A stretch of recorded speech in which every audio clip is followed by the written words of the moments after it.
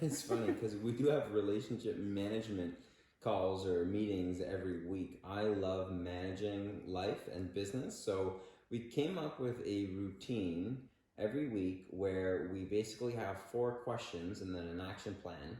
So the questions go, what am I doing well? What am I doing not so well? Or what areas can we improve on for me?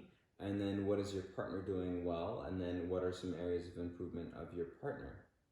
So this is absolutely amazing. And what I love about this was it gives me a chance to talk about all the things I did for the family, whether it was cleaning up around the house, putting the firewood away, or doing all that. And then it also gives me the chance to talk about the things that I kind of fell short on, which is good. So when she talks about the stuff that I potentially did wrong, it gives her maybe the less, she doesn't want to beat me up as much if I'm already aware of what I've done wrong, which is super helpful. And then giving her some positive feedback on what she's done and appreciating all the work that she's done, and then also giving her feedback on areas where she can improve. We also heard this in a TED Talks where the person mentioned that they do check-ins daily where they talk about their kind of level of energy.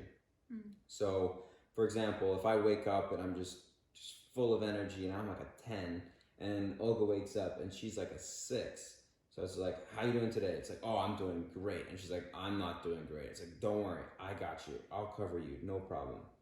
And then if the opposite is true, where like I'm having a bad day, because it does happen, I just go, hey babe, like I'm having a bad day, I'm grumpy, I'm sassy, I didn't get good sleep last night, can you cover us? And Olga will be the one that will potentially help me out. She'll make sure I'm getting fed properly, and she'll do extra chores, for example. Massage. Maybe a massage. Shoulders. Shoulder massage, some kisses, extra Some loving. hugs.